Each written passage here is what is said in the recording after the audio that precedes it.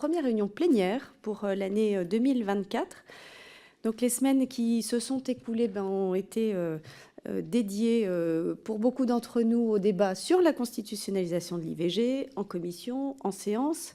On voit aussi que bon nombre d'entre vous suivent avec attention les auditions que nous organisons avec ma co-rapporteure Marie-Charlotte Garin sur la définition pénale du viol, et nous nous en réjouissons, c'est une mission passionnante.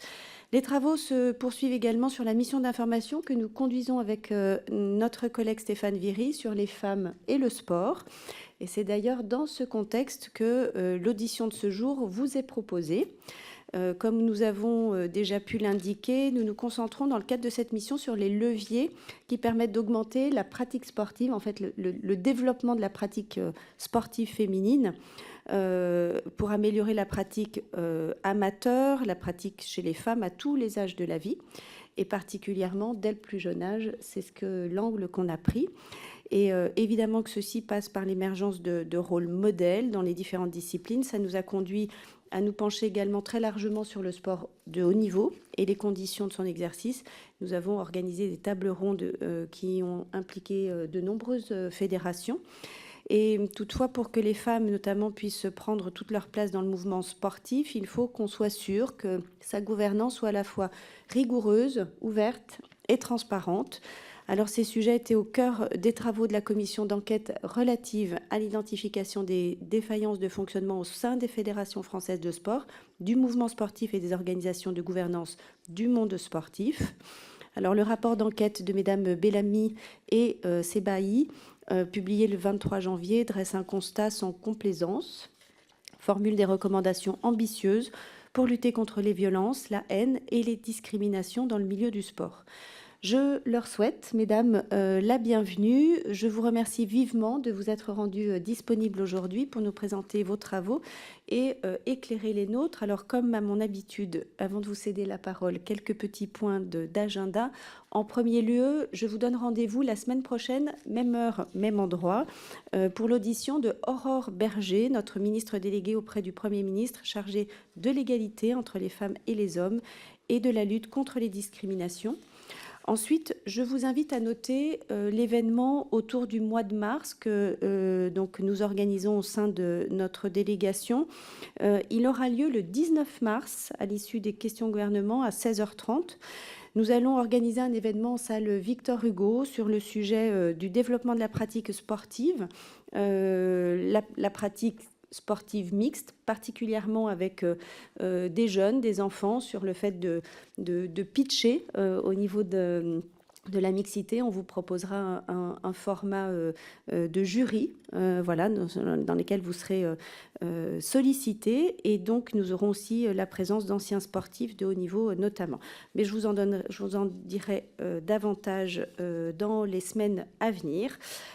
Pour l'heure, mesdames les rapporteurs, je vous laisse vous organiser. Vous avez la parole pour 15-20 minutes, si ça marche pour vous, en propos liminaire. Je vous remercie. Merci Madame la Présidente, Monsieur le Président. Merci à vous pour votre invitation au sein de cette délégation, chers collègues. Votre intérêt pour nos travaux illustre tout à fait le suivi particulier et les attentes dont la commission d'enquête a pu faire l'objet. Cette attente prouve que la commission a été une réussite et qu'elle a ciblé les bons enjeux et soulevé les bonnes questions. Après 6 mois de travail, nous allons vous présenter les conclusions de notre rapport. Pour rappel que je souhaite faire, le sujet a été délimité par ma collègue Sabrina Sebaï, même la rapporteure ici présente, puisque c'est dans le cadre du droit de tirage du Parti écologiste NUPES que cette commission d'enquête a vu le jour. Deuxième rappel, la commission est transpartisane par sa composition réglementaire d'abord, respect entre les membres, avec un bon travail collectif entre la présidente et la rapporteure, et ça je le salue avant tout. Notons l'exception du Rassemblement national qui n'a plus souhaité siéger, mais qui n'a pour autant pas démissionné. Le 19 septembre, ils nous ont quittés. Pour commencer, je souhaite revenir sur l'histoire de notre commission d'enquête. Une création en conférence des présidents le 20 juin 2023, des travaux qui ont commencé le 20 juillet 2023 et le rapport que nous vous présentons a été adopté juste avant la fin de l'année 2023. Il est le fruit d'un travail conséquent. Les travaux ont pris la forme de nombreuses auditions au nombre de 92 sous serment, avec 193 personnes auditionnées, 133 heures d'écoute et d'échange. C'est un nombre presque record dans le domaine des commissions d'enquête. 4 contrôles sur pièce et sur place ont été effectués par ma collègue rapporteure. Des centaines de contributions écrites et de témoignages ont été reçus. Dans la chronologie des auditions, nous avons souhaité d'une part auditionner les victimes, les associations, les entraîneurs, les directeurs et ensuite les présidents de fédération, pour finir par les ministres. Je voudrais remercier d'ailleurs nos collègues, en tout cas ma collègue à côté de moi sur la droite, qui était présente fidèlement aussi à cette commission d'enquête. C'est important, Madame Martin, merci. Ensuite, je souhaite vous dire quel a été l'esprit de notre travail. Nous avons voulu accompagner la société qui bouge, on le sait, faire sortir ce que l'on a tué durant des années, ce que l'on a caché, ce que l'on n'a pas voulu voir à certaines époques. J'ai une vive pensée, bien évidemment, pour Sarah Abitbol, pour Catherine Moyon-Debec. Je suis convaincue que notre commission a fait bouger certaines lignes et encouragé la prise de parole. Notre objectif premier était de dresser un constat. Rapidement, les violences sexistes et sexuelles sont devenues le cœur de notre travail, et tout cela avec gravité. Certaines auditions étaient particulièrement marquantes, des propos poignants et forts, avec quelques témoignages particulièrement douloureux qui nous ont marqués au plus profond. J'ai vraiment souhaité que nous portions un regard extérieur. Ce regard, il est normal sur les fédérations exécutant une mission de service public. Ce regard nous a permis d'identifier un certain nombre de défaillances. J'estime, pour qu'il y ait une bonne vitalité démocratique au sein des fédérations et du mouvement sportif, il est indispensable qu'il y ait des contre-pouvoirs constitués. Enfin, un rapport, c'est évidemment des préconisations. En l'occurrence, ici, 60 propositions. Je partage les 60 propositions qui sont issues du travail transpartisan. Beaucoup émanent des sportifs et du monde sportif. Nous reviendrons, je pense, après nos échanges sur les préconisations, grâce bien évidemment à vos questions. Pour conclure et avant de céder la parole à Madame la rapporteure, je suis persuadée que cette commission aura participé à changer au mieux notre société. Pour que le sport reste un plaisir et une chance, que les pratiquants se sentent protégés et en sécurité. Les lieux de sport devraient toujours rester des espaces de confiance et d'épanouissement. Nous aimons le sport, les sportifs et le monde sportif. Le sport permet la transmission de belles valeurs et renforce la cohésion nationale et le lien social. C'était bien évidemment l'objet de cette commission. Le travail de cette commission reste aussi un hommage à tous les bénévoles de France, aux 3,5 millions d'acteurs essentiels du mouvement sportif. Je vous remercie. Merci. Merci Madame la Présidente. Madame la Présidente, Monsieur le Président, mes chers collègues, tout d'abord merci pour cette invitation à la délégation des droits des femmes pour pouvoir vous parler donc de nos travaux lors de cette commission d'enquête. Sans revenir sur ce qu'a dit la présidente Bellamy, que je partage totalement, mais dire quand même, comme ça a été rappelé, que c'était une commission d'enquête qui était transpartisane, donc les travaux ont été menés pendant 6 mois, et je pense que vraiment les premières auditions, notamment celles des victimes, ont soudé et ont conforté les membres de cette commission d'enquête sur l'importance finalement du fait de travailler ensemble et du fait que le sport n'a pas de couleur politique, tu l'as dit à plusieurs reprises, Béatrice. Le périmètre comprenait la question des violences, des discriminations et des dérives financières. La question de la place et les situations des femmes dans le sport a traversé l'ensemble de nos travaux et au fur et à mesure, en réalité, on s'est énormément concentré sur ce sujet-là parce que les auditions qu'on a faites nous ont amené à prendre l'ampleur finalement, à prendre la mesure de l'ampleur du phénomène dans le mouvement sportif. La question du sexisme dans le sport, ça a été une verticale dans la commission d'enquête. Plusieurs thèmes sont revenus. La représentation des femmes dans les instances du mouvement sportif avec la question de la parité, qui est très, très loin du compte aujourd'hui. D'ailleurs, quand on a auditionné les dirigeants de fédération, on a auditionné seulement 1 ou 2 femmes, je crois, sur l'ensemble des fédérations reçues. Les violences sexuelles et sexistes et l'inadéquation des dispositifs du traitement de ces affaires et la prévalence d'un sexisme ordinaire dans le sport qui crée un climat d'impunité pour les auteurs. On remarque que ces différents phénomènes portent atteinte à l'intégrité des femmes et cela existe en fait dans tous les espaces du mouvement sportif, que ce soit les tribunes de stade. Récemment, l'arbitre Stéphanie Frappard se faisait insulter, et là je vais citer, de sale pute, sale chienne et de salope lors d'un match Rennes-OL.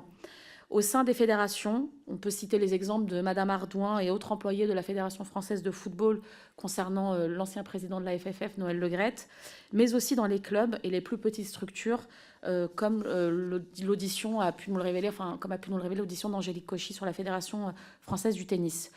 Il y a eu un avant et un après 2022 avec une culture du déni mise à mal par la libération de la parole qui a été permis par les témoignages puissants comme celui de Sarah Abitbol. Les actions qui ont été mises en place à ce moment-là par Roxana Maracineanu ont fait que l'État s'est enfin emparé de cette question. Et c'est vrai qu'on l'a mis d'ailleurs dans le rapport, des efforts ont été poursuivis. On a quand même constaté au fur et à mesure des auditions qu'il y avait encore des insuffisances, même s'il y avait des choses qui avaient avancé. Et si vous voulez, pendant les travaux, l'omerta, c'est le mot qui est le plus revenu pendant toutes les auditions, à plusieurs reprises par l'ensemble des auditionnés. Et ça a été un phénomène particulièrement marquant dans ce contexte du monde sportif. Le rapport d'ailleurs estime que les choses se savaient à tous les étages. Des fédérations comme celle du sport de glace sont concernées par la prévalence d'une culture du viol que l'on sait traverser notre société. La commission d'enquête s'est attelée particulièrement au traitement des affaires de violences sexistes et sexuelles et a constaté une démultiplication des canaux de réception de signalements. Donc, et surtout, ce qu'on s'est rendu compte, c'est pour ça que je disais qu'il y avait eu des avancées, notamment je pense à la création de la cellule Signal Sport, mais ce qu'on a constaté pendant l'ensemble des auditions, c'est qu'il y avait une méconnaissance généralisée de cette cellule de signalement, des dirigeants des fédérations eux-mêmes, d'ailleurs qui ne connaissaient pas cette cellule, ou des fédérations qui mettaient elles-mêmes en place leur propre système de signalement sans renvoyer forcément vers Signal Sport et qui faisait un peu effet filtre, ce qui ne permettait pas la libération de la parole en ce qui concerne les victimes. La ministre des Sports elle-même l'a dit, nous devons mieux faire connaître le canal Signal Sport partout et tout le temps. C'est l'un des enseignements que nous tirons des travaux de cette commission. Dans ce sens, la commission d'enquête a préconisé la centralisation des canaux de réception de signalement autour de la cellule ministérielle Signal Sport, et donc avec une recommandation, mais on y reviendra peut-être dans les questions, celle d'une autorité administrative indépendante qui pourrait prendre en charge les signalements et bien d'autres sujets aussi qui concernent le sport. Et d'ailleurs, on a traité aussi la question des discriminations et du racisme et de la question financière qui pourrait aussi être intégrée dans le cadre de cette autorité administrative indépendante. Les violences sexuelles et sexistes se recoupent bien souvent avec les violences faites aux enfants. 1 enfant sur 7 est victime de violences dans le sport. Et pour rappel, le 2 novembre 2023, 4 ans après sa création, Signal Sport avait traité plus de 1800 signalements qui mettaient en cause plus de 1200 personnes. 78% des victimes étaient mineures au moment des faits. Suite à différentes auditions, notamment celle de Sarah Abitbol et de la Civis, la commission d'enquête s'est prononcée en faveur de l'imprescriptibilité des violences sexuelles sur mineurs et de la reconnaissance de l'amnésie traumatique dans le cadre de la prescription pénale. Cette revendication est exprimée depuis de nombreuses années dans le débat public par des professionnels, des associations, comme par des victimes. Se dessine en creux bien souvent un fossé culturel dans l'appréhension du sexisme et des violences faites aux femmes dans le sport parmi les différents dirigeants du milieu sportif. Nombre de dirigeants de fédérations ou de clubs ne semblent pas mesurer la gravité et le poids du sexisme dans le sport. Les différents dysfonctionnements identifiés en matière d'éthique et d'intégrité dans les fédérations, les différentes pressions que peuvent subir les femmes victimes de harcèlement et de violences dans le sport, nous ont poussés vers la recommandation que je dirais principale donc, de cette autorité administrative indépendante. La gestion de la plateforme Signal Sport lui serait alors confiée. Enfin, ce qu'on a pu constater lors des auditions, c'est ce qu'Angélique Cauchy a très bien décrit, c'est cette relation entraîneur-entraîné, qui est vraiment particulière au mouvement sportif et qui fait que ça fait peser sur la victime et donc en général l'athlète, en fait une lourde responsabilité du fait de, si elle témoigne, la difficulté d'être mise au banc de son club de sport, de ne pas pouvoir participer à des épreuves sportives, ou d'ailleurs d'autres personnes qui ont pu témoigner nous ont dit, lorsqu'elles étaient salariées de certains clubs et que leurs enfants étaient pratiquants, le fait que leurs enfants soient aussi écartés des activités sportives parce que leurs parents témoignaient. Ce qui est ressorti aussi, c'est l'effacement du rôle familial, avec très souvent, dans la plupart des cas, des parents qui ne savaient pas ce que subissaient leurs enfants. Ça a été le cas pour Sarah Abitbol, ça a été le cas pour Angélique Cauchy. Donc là aussi, des recommandations sur la sensibilisation et la formation des parents. Et en réalité, ce qui est aussi très largement apparu, c'est finalement cette notion de famille qui existe dans ce mouvement sportif, qui fait que très peu de victimes en fait se sentent libres de pouvoir témoigner, puisqu'elles ont le sentiment de trahir leur famille, de salir l'image de leur club ou de leur sport. Et donc tout cela a contribué à l'omerta, comme on a pu le constater pendant les différentes auditions qu'on a pu faire. Mais sans vouloir être plus longue, donc voilà, on répondra à toutes les questions, peut-être si vous voulez rentrer dans le détail des recommandations qu'on a pu faire. Je vous remercie. Merci infiniment pour ces premiers propos. Peut-être Stéphane Viry, en tant que co-rapporteur de notre mission. Je te laisse. Merci, merci Madame la Présidente. Merci à vous deux pour vos propos et votre présence aujourd'hui. En tout cas, vos travaux ont été engagés, intensifs. Je crois qu'ils ont été utiles pour l'Assemblée, pour légitimer encore et toujours son travail de contrôle, son devoir de contrôle et d'évaluation des actions des pouvoirs publics, et utile pour la question abordée. C'est tout à fait légitimement, me semble-t-il, qu'aujourd'hui, avec Véronique, on voulait effectivement vous entendre par rapport à votre diagnostic et surtout par rapport à vos préconisations. Le maître mot, c'est que le sport, il est essentiel dans une société. Il n'est pas accessoire, il n'est pas subalterne, il n'est pas réservé qu'à certains. Il doit être accessible à toutes. Encore faut-il que le système le permettent, déjà dans l'accès, mais aussi dans la sérénité de la pratique, dans l'épanouissement. Vous appelez dans votre rapport, c'est son titre, un choc éthique et démocratique pour le sport, pour le mouvement du sport. On verra avec Madame la Présidente, au terme de notre mission d'information, les constats qui seront les nôtres et les solutions. Mais on s'aperçoit d'ores et déjà, et sans vouloir trahir de secret, en tout cas qu'il y a quand même encore une difficulté de stéréotypes et de sexisme dans le sport en France. Je crois que c'est assez omniprésent. Vous l'avez décliné en vous écoutant dans deux directions. Tout d'abord, les violences sexuelles et sexistes dans le sport, mais aussi une division sexuée du sport. C'est-à-dire que globalement, les femmes ont une part mineure par rapport à ce qu'elles devraient être ou devraient proposer, ou simplement leur rang d'actrice au niveau du sport. Moi, j'aurais donc, parce que vous avez dit énormément de choses, on pourrait parler de la professionnalisation, on pourrait parler de la gouvernance, on pourrait parler des enjeux économiques. Moi, j'aurais deux questions. La première, c'est sur tout ce qui a été mis en place depuis maintenant quelques années. Vous avez cité le label égalité en 2019. Vous avez cité effectivement cette cellule ministérielle en 2020. Le plan de 2021 dédié à la prévention des violences. Enfin, il y a eu un certain nombre de choses. Est-ce que, à votre avis, tout ça, ça reste utile, mais totalement insuffisant? Et puis, ma seconde question, c'est, je ne vais pas revenir sur votre rapport sur les défaillances systémiques que vous avez mis en œuvre. Ce n'est pas l'objet de refaire les débats qu'il y a eu dans votre rapport. Mais moi, ce qui me préoccupe, c'est la prévention. Que faudrait-il faire en amont? Comment faudrait-il organiser le corps social pour prévenir davantage toutes ces violences sexuelles, sexistes, et globalement le fait de vouloir contingenter les femmes à une portion congrue dans la gouvernance du sport.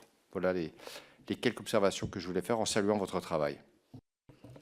Merci, cher co-rapporteur. Alors, pour moi, qui préside également, en tout cas qui est rapporteur de la mission qui nous intéresse avec Stéphane Viry, on voit bien que le sujet stéréotype et sexisme, il y a une base et un fond qui fait qu'ensuite il y a une escalade de violence et de culture qui permet ça. Et donc vous avez très bien évoqué les questions de la prévention sur l'honorabilité ou sur les dimensions de la sanction, sur le fait de faire savoir. Ma question va rejoindre ce que disait Stéphane à travers la formation et la prévention. Si on parle des clubs, en fait, dans les clubs, comment un président de club, comment des éducateurs qui voudraient former, avoir un œil de prévention, quelles sont vos préconisations très concrètes dans cette massification-là, parce que je pense aussi qu'il y a beaucoup de méconnaissances. Alors, donc, en tout cas, j'aimerais, de mon point de vue, vous entendre sur ces questions-là. Et il nous reste à passer la parole à nos oratrices de groupe. Et je laisse la parole pour le groupe Renaissance à Julie Delpech. Merci Madame la Présidente. Madame la Présidente, Mesdames et Messieurs les membres de la délégation droits des femmes, Mesdames Bellamy et Sebaï, mes chers collègues. Tout d'abord, j'aimerais saluer votre travail conséquent mené en tant que rapporteure et présidente de cette commission d'enquête. Le sport doit en effet demeurer un espace de plaisir, de passion et d'émancipation pour chacun.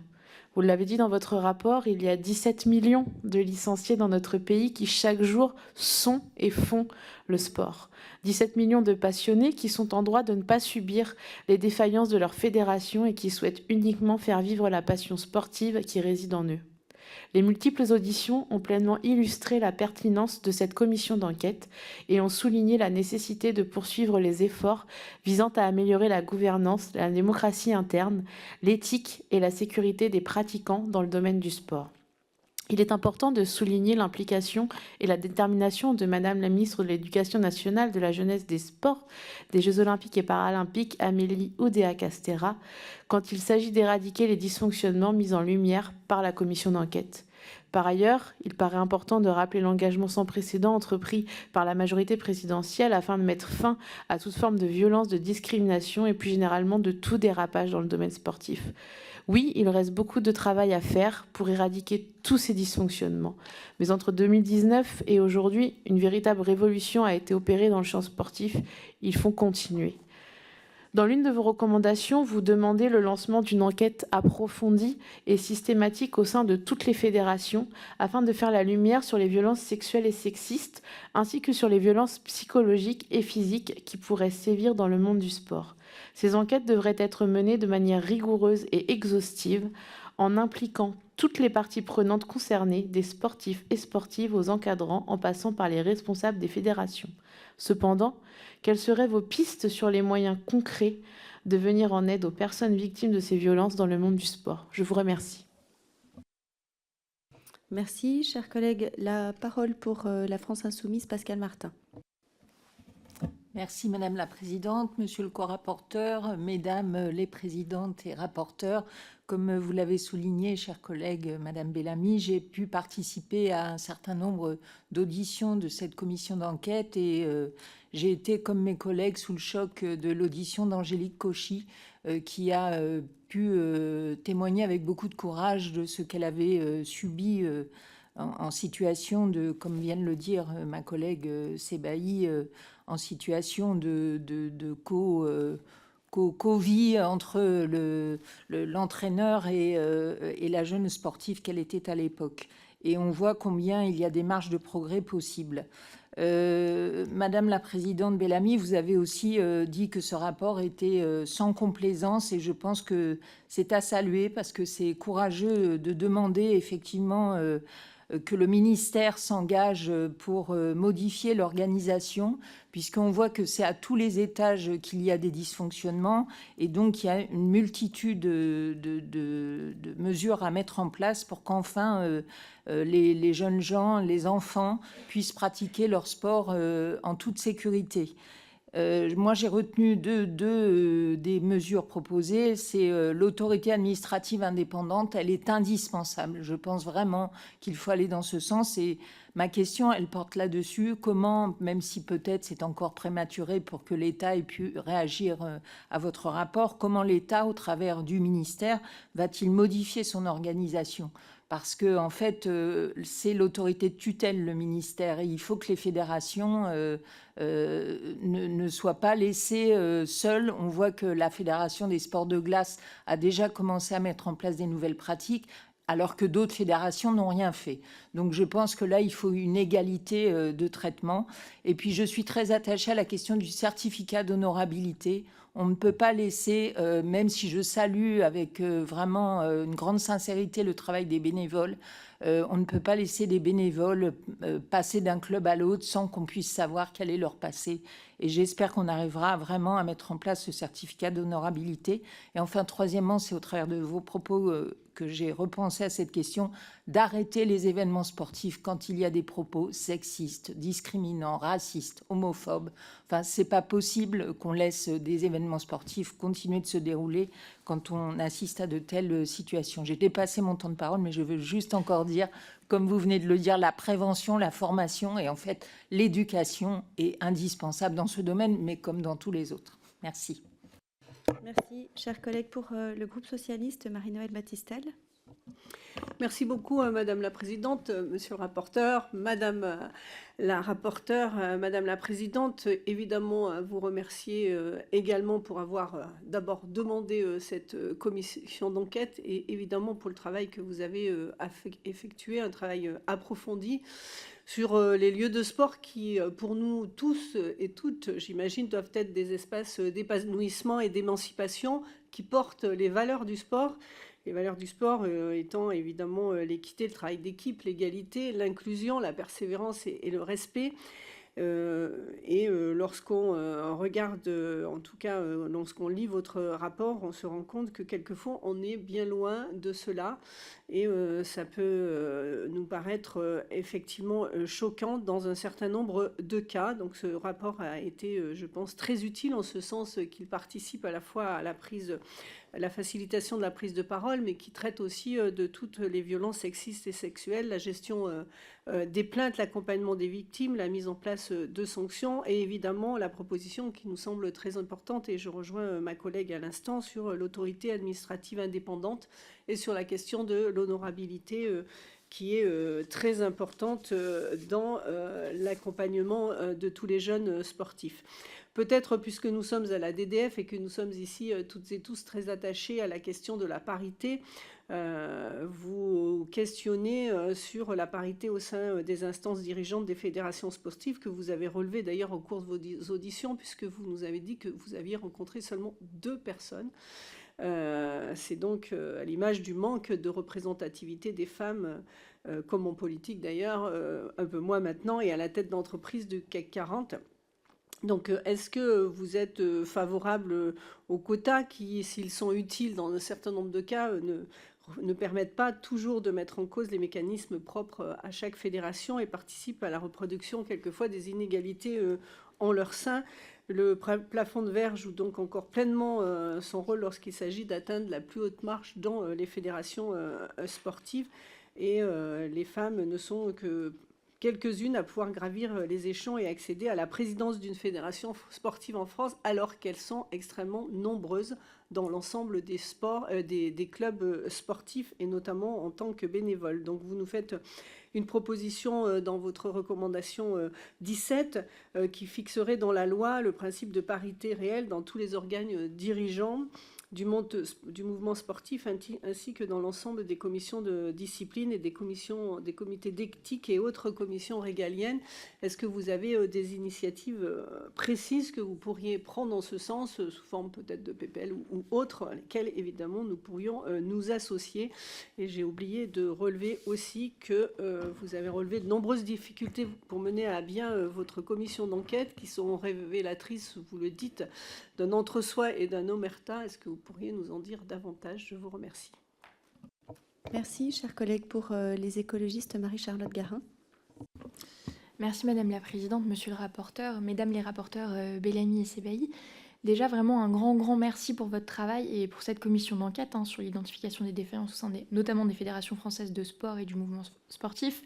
Et je dois avouer que c'est une fierté que ce soit le groupe écologiste qui ait porté cette demande, parce que je crois, et là je veux vous remercier tout particulièrement Madame Bellamy, mais merci d'avoir souligné aussi la qualité du travail que vous avez pu avoir entre vous et collectivement, mais aussi sur la méthode et sur les recommandations qui en sont le fruit, parce que je trouve qu'il y a effectivement un décalage entre la réalité qui est la vôtre, que vous avez pu vivre de l'intérieur, et les attaques en militantisme que vous avez pu subir, notamment de la part de la ministre Oudéa Castéra, qui déshonorent et le travail parlementaire et les conclusions, je trouve, qui sont issues de cette commission d'enquête. Et je crois que l'écho que trouve votre travail, et on l'a vu, que ce soit dans la presse, mais aussi dans le milieu sportif, c'est vraiment le témoin du rôle déjà que nous pouvons avoir en tant que parlementaires, de la puissance de frappe que peuvent avoir les commissions d'enquête lorsqu'elles sont bien choisies et ciblées.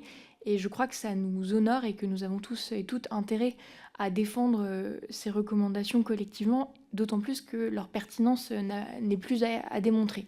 Je crois que le sport, il peut fédérer, il peut émanciper, mais évidemment, il doit pouvoir se faire en étant protégé et préservé dans sa pratique sportive. Et surtout, ça ne peut pas être le lieu des violences sexistes et sexuelles, des violences sur les enfants et le temple d'une quelconque omerta. Et moi, j'avais encore un exemple à Lyon d'une joueuse de basket qui a subi une agression sexuelle sur le terrain par l'entraîneur de l'équipe adverse. Et en fait, c'est inadmissible. Donc tout cela, ça participe aussi de changer les pratiques à tous les échelons du sport. Votre commission d'enquête, elle a travaillé notamment sur la question du contrôle de l'honorabilité, et ça a été évoqué aussi par ma collègue Pascale Martin. Moi, j'ai l'exemple d'un club à Lyon, le club de la Duchère, qui est particulièrement actif sur ces questions-là et très impliqué sur le sujet. J'ai déjà pu en parler avec eux. Pour rappel, l'honorabilité, c'est l'obligation qui prévoit qu'une personne qui aurait été mise en cause, condamnée définitivement pour des crimes ou pour certains délits, en fait, elle ne peut pas exercer dans des clubs. La question, c'est sur l'honorabilité en particulier. Qu'est-ce que vous avez pu constater dans vos travaux et est-ce que vous pouvez préciser un petit peu vos préconisations sur ce sujet-là? Je vous remercie. Merci, chers collègues. On vous laisse peut-être organiser les réponses, mes chers rapporteurs. Merci pour toutes vos questions qui effectivement concernent cette commission d'enquête, tous les sujets qui ont été constatés pendant toutes ces nombreuses auditions, comme je le disais. Et je voudrais revenir déjà sur la première de vos questions, si on peut les scinder en deux parties.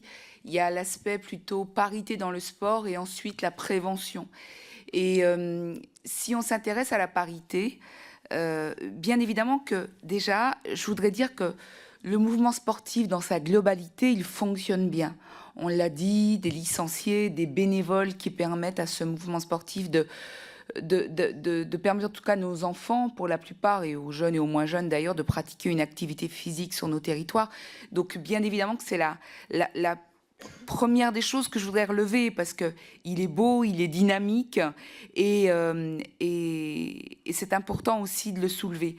Je ne voudrais pas détruire ou en tout cas abîmer ce qui fonctionne bien. C'est une des priorités. Ensuite, on peut aussi s'apercevoir que, et ça a été relevé aussi au fil de nos auditions, quand on s'intéresse aux fédérations, on sait que, je ne voudrais pas me tromper dans les chiffres, mais tu pourras me corriger, Sabrina, si c'est le cas, 17 femmes présidentes de fédérations sur 111 fédérations de mémoire. 19 sur 119, voilà, j'en étais pas loin dans mon ratio. 19 sur 119, c'est bien, ça révèle bien que la femme n'a pas trouvé sa place au sein du mouvement sportif, ce qui est juste bien dommageable, parce que je pense qu'on n'en serait pas là dans les constats qu'on a pu faire tout au long de ces 6 mois de travail. On sait que pour autant, une précédente équipe, en tout cas, s'est mise au travail et vous avez pu voter, en tout cas, ce qui était déjà député sur le précédent mandat, au mois de mars 2022, une loi de démocratisation du sport qui fait que la parité maintenant sera obligatoire au sein des différentes instances du mouvement sportif et particulièrement au sein des fédérations. Et également, en sachant quand même que cette parité, elle sera bien sûr difficile à construire forcément du jour au lendemain. Donc il faut avoir la possibilité de former, d'accompagner, de permettre aussi à des femmes aux différents échelons du mouvement sportif de trouver une place. Et il faut aussi que les femmes s'emparent aussi des responsabilités aussi au sein du mouvement, parce qu'il faut qu'il y ait une volonté aussi de la part de nous les femmes, et de l'accueil bien sûr des hommes, qui leur fassent une place et qui leur transmettent aussi le savoir, parce qu'il faut aussi construire des connaissances pour faire fonctionner ce mouvement sportif. Et puis, dans cette loi de démocratisation, il y avait aussi la volonté de permettre un renouvellement seulement 2 mandats, ce qui fait 3 mandats comme président d'un club, d'une association ou de fédération. Ce qui permet aussi qu'un homme puisse lâcher prise aussi, parce que bien souvent aussi, et ce sont aussi les membres du mouvement sportif qui nous le disent, bien souvent on a l'impression qu'il y a un fauteuil et qu'on est confortablement assis, mais que le sport, il a besoin d'avoir aussi de l'élan aussi, et cet élan, il faut qu'il soit apporté par de nouveaux profils qui puissent participer et qui puissent dynamiser ce mouvement.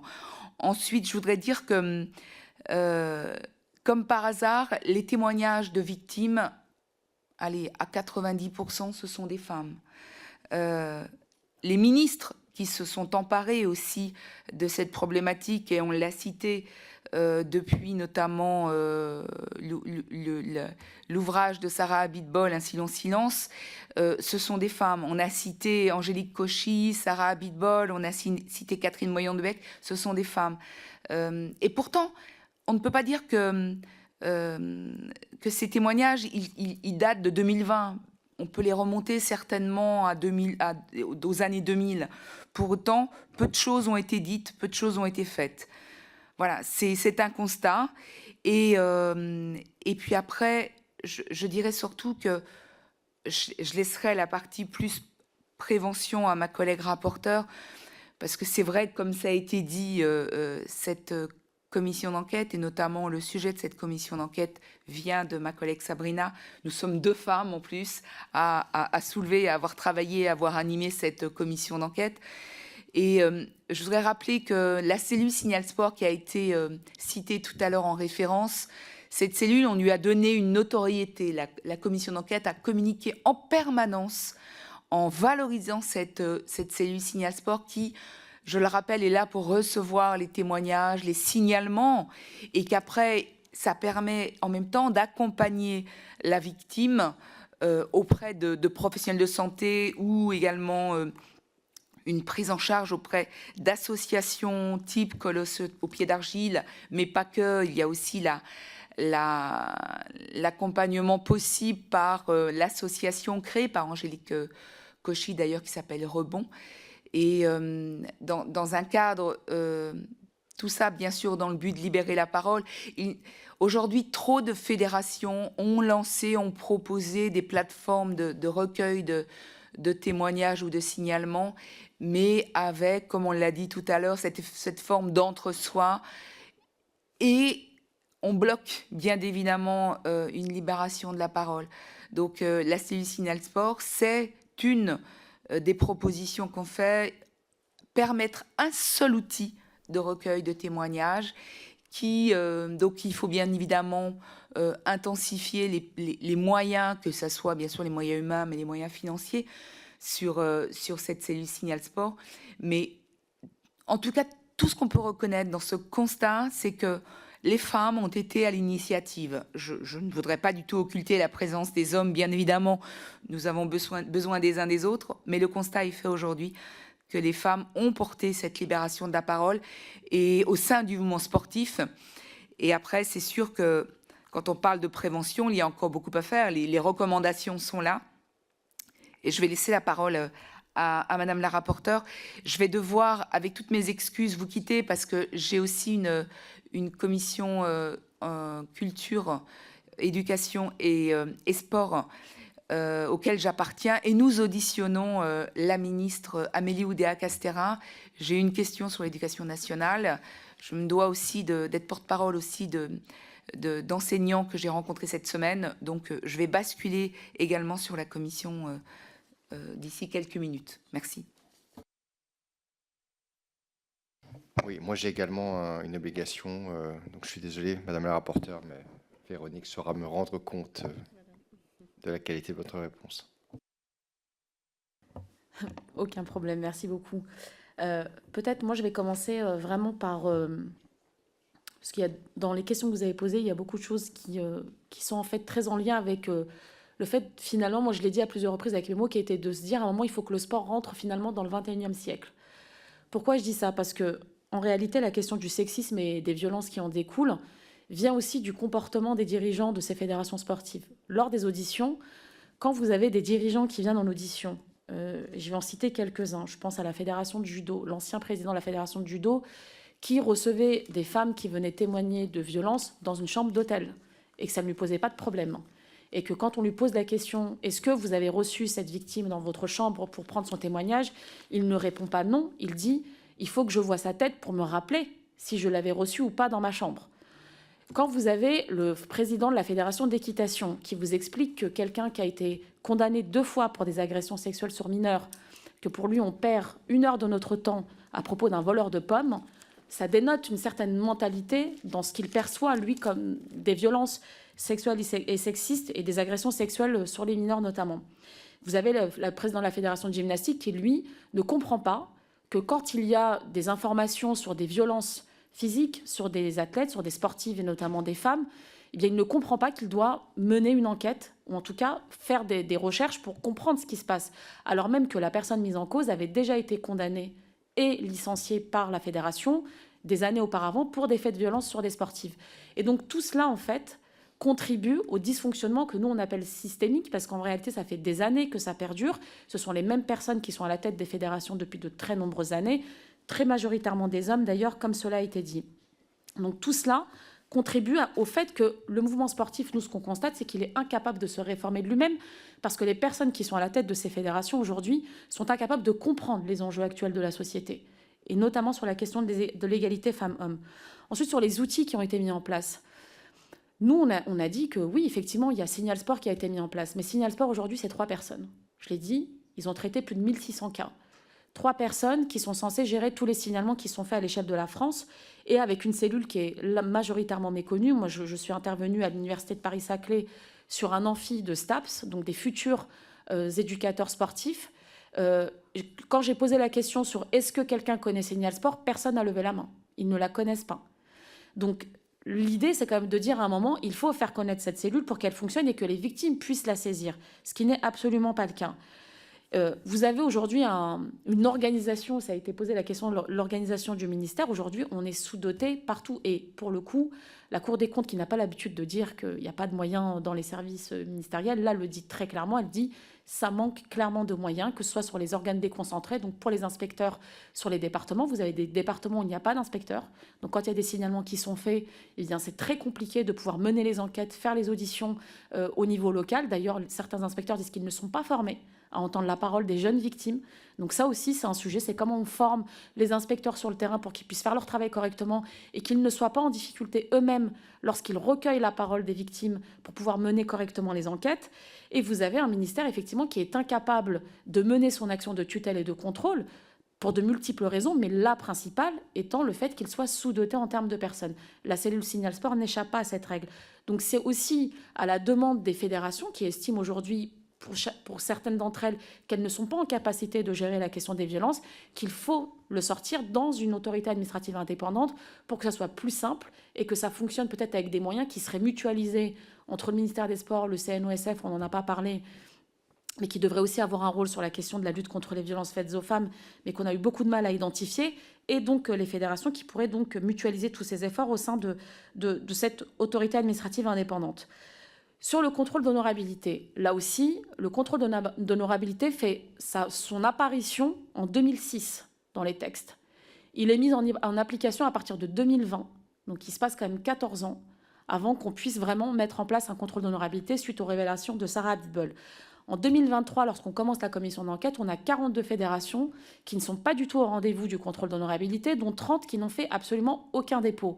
Quand je dis que le ministère n'est pas capable d'exercer son contrôle, ça passe aussi par cela. On a un ministère qui ne dit pas aux fédérations « c'est une obligation, c'est inscrit dans la loi, vous devez faire le contrôle d'honorabilité des licenciés, des bénévoles qui sont chez vous ». Ce n'est pas le cas. Vous avez aujourd'hui 1 million de personnes qui sont contrôlées sur les 2 millions qui devraient l'être dans le cadre du contrôle d'honorabilité. On pensait au départ que le contrôle d'honorabilité, c'était et le contrôle du casier judiciaire, donc le volet 2, et le fichier FIGES. Or, ce n'est pas le cas. On ne contrôle que le FIGES. Et lorsque celui-ci revient positif, on contrôle le casier judiciaire, ce qui donne lieu à des couacs, puisque vous avez, dans certains cas, des entraîneurs qui ont été condamnés et mis en prison pour des agressions sur mineurs, qui ont pu réobtenir des licences, je pense à la Fédération française de football, et qui sont retournés entraîner des mineurs dans des clubs de sport, parce que l'information parfois circule très très mal de la fédération à la ligue jusqu'au club de sport. Donc ça, c'est aussi un enjeu, c'est comment faire en sorte que l'information va au plus proche du terrain pour que les dirigeants des clubs soient informés des dispositifs qui existent. Moi, j'ai fait une réunion il y a 10 jours, j'ai rencontré un club de hockey sur glace, ils m'ont dit on a découvert Signal Sport il y a 48 heures. Avant ça, on ne la connaissait pas. Donc, alors que ça existe depuis déjà plusieurs années. Et donc, ils ont été confrontés à une difficulté.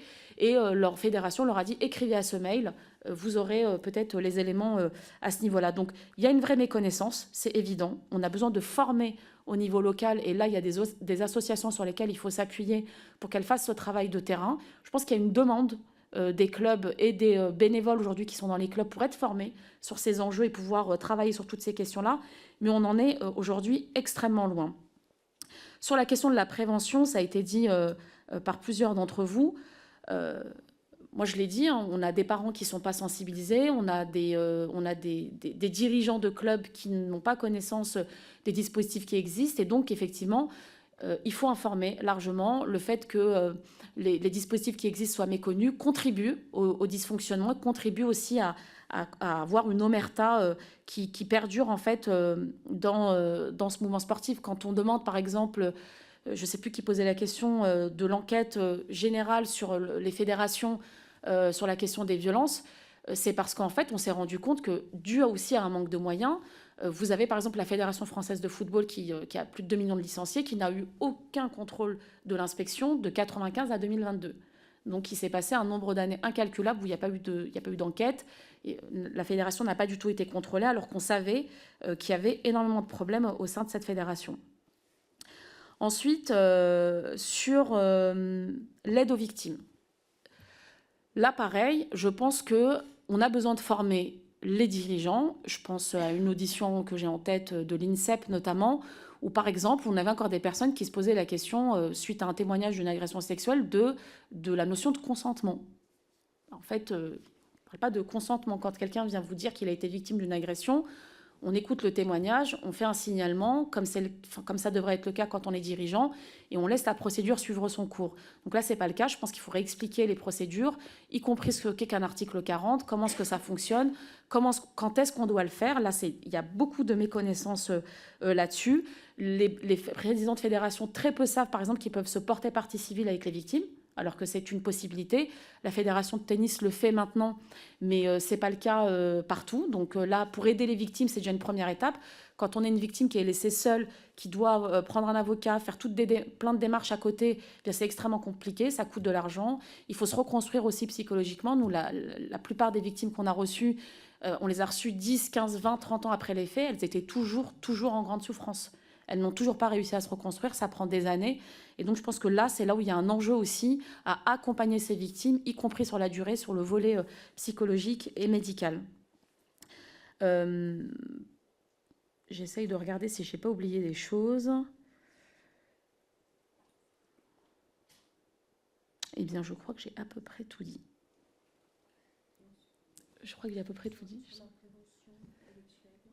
Alors, sur la prévention et les clubs, effectivement, nous, Alors, normalement, il y a des associations qui sont en partenariat avec les fédérations, notamment. Je pense à Colosse au pied d'argile, qui est très actif dans le mouvement sportif, qui interviennent auprès des fédérations, notamment auprès des licenciés, pour les sensibiliser et donc pour travailler sur cette question des violences, pour expliquer ce qui est autorisé, ce qui ne l'est pas, pour aussi recueillir des témoignages, faire les signalements à la cellule Signal Sport.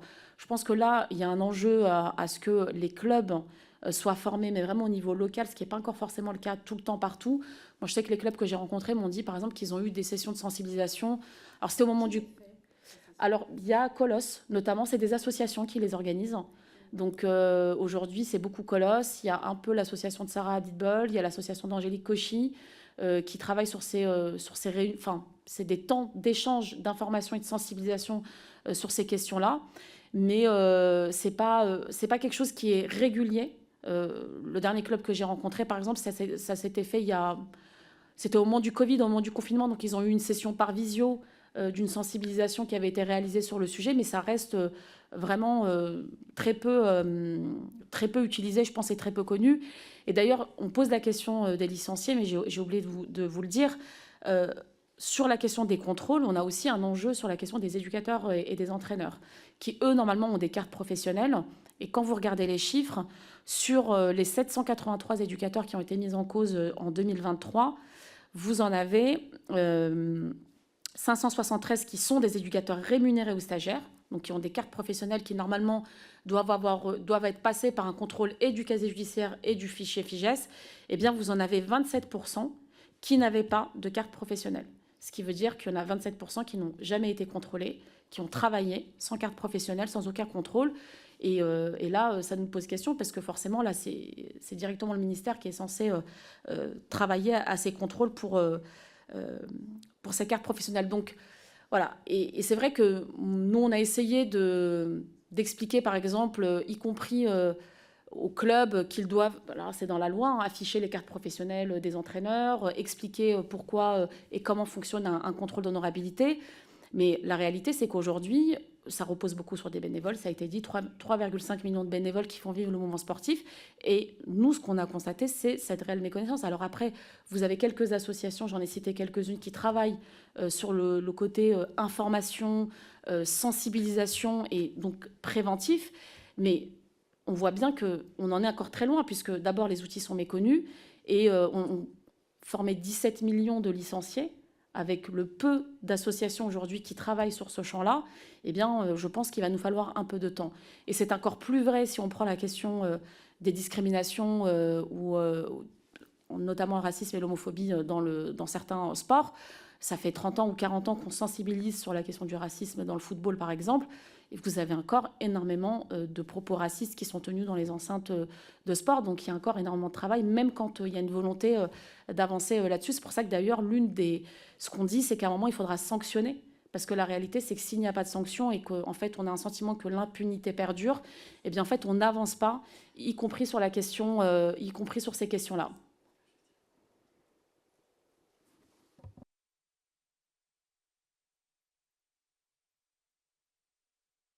Puisque vous proposez un rebond, Madame la Présidente, je voulais signaler que j'ai un président de fédération départementale de judo qui m'a écrit, donc je suis députée de la Dordogne, et qui m'a interpellée sur, je rebondis à l'instant là, sur la question de la formation des dirigeants de clubs et des éducateurs de clubs. Il m'a interpellée parce que ça coûtait 80 € par personne pour la formation et donc ça lui faisait un budget supplémentaire. Il m'a interpellée sur le coût en fait de cette formation. Et bon, je n'ai pas encore creusé le sujet, je ne lui ai pas répondu encore, mais c'est vrai que c'est un problème parce qu'il peut y avoir une volonté de la part du club de former, mais quid des budgets, qui paye, bon, voilà. Donc je mets au débat cette question parce que je pense qu'il y a des volontés voilà, localement de former, mais après, ça a un coût tout ça. Il faut des gens compétents.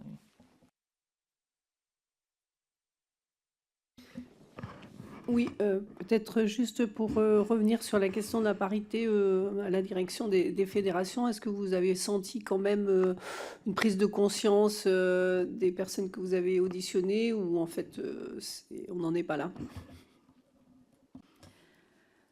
Alors, pas vraiment de prise de conscience, en tout cas pour certains d'entre eux. Quand on voit les propos qu'ils tiennent, je pense qu'ils en sont encore très très loin. Par contre, ce qu'ils ont dit, c'est que comme ça avait été inscrit dans la loi, ils vont être obligés de le mettre en place à la fin de l'année 2024, puisque toutes les instances seront renouvelées. Et à ce moment-là, la parité devra s'appliquer. Donc, ils sont conscients qu'ils vont devoir aller vers cette parité. Mais comme d'habitude, leur premier argument est de dire « oui, mais nous n'avons pas de femmes candidates ». Si je peux me permettre, on a un rebond aussi avec la mission sport, puisque sur cette question-là, nous, on a beaucoup interrogé avec mon co-rapporteur Stéphane Viry, et avec des initiatives, y compris du CNOSF, qui organise de la formation avec un programme 300 dirigeantes. Et donc, maintenant, il faut aller les chercher, quoi. Voilà. Mais en tout cas, merci infiniment pour votre travail et être venu nous rendre compte ici. Eh bien, écoutez, on sera à vos côtés pour continuer de protéger les victimes. En tout cas, je crois que c'est un combat que nous partageons toutes et tous. Vous donnez rendez-vous la semaine prochaine, à la même heure, après les questions au gouvernement. Nous accueillerons en audition Aurore Berger, donc ministre déléguée chargée de l'égalité entre les femmes et les hommes et de la lutte contre les discriminations. Je vous remercie. Au revoir.